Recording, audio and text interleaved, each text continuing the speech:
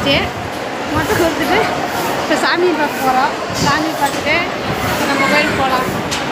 இந்த ரொம்ப வெயில் அதிகமாக இருக்கிறதுனால அதிகமாக வெளியில் போய்த்தாகணும். வேலை செய்கிறவங்களாம் போய்த்தாகணும். இருந்தாலும் ஒரு கூலிங்கான வயிறு எரிச்சல் இல்லாமல் கூலிங்கான பொருளாக சாப்பிடுங்க. ஏன்னா இப்போ வர காய்ச்சல் ரொம்ப உடம்பு பாதிக்குது. அதனால் நல்லா பத்திரமா இருந்து ஜாக்கிரதையாக பார்த்துக்காங்க உடம்பை. அவங்க உடம்பு அவங்க கரெக்டாக பார்த்துக்கிட்டா சரி. நன்றி. நம்ம சமயபுரம் வந்துருக்குறோம். நாங்கள் சொன்ன மாதிரி முடி காணிக்க வந்து அம்மாவுக்கு செலுத்தியாச்சு. லைனில் போயிட்டுருக்குறோம். அம்மா பக்கமாக வந்தாச்சு. போயிட்டு எல்லா உலக மக்களையும் நோய் நொடி இல்லாத இந்த அம்மை அது இதுன்னு வர்றதெல்லாம் யாருக்கும் எதுவும் வேண்டாம்மா.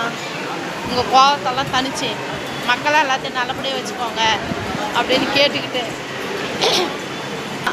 மக்களை வந்து கண்காணிப்பாக தாய் எப்படி பார்க்கணுமோ அந்தமாரி பார்த்துக்கோங்க அப்படின்னு அம்மாக்கிட்ட கேட்போம். வாங்க, முடிஞ்ச வரையிலும் நீராகாரமாக சாப்பிடுங்க. வெயில் அதிகமாக இருக்குது.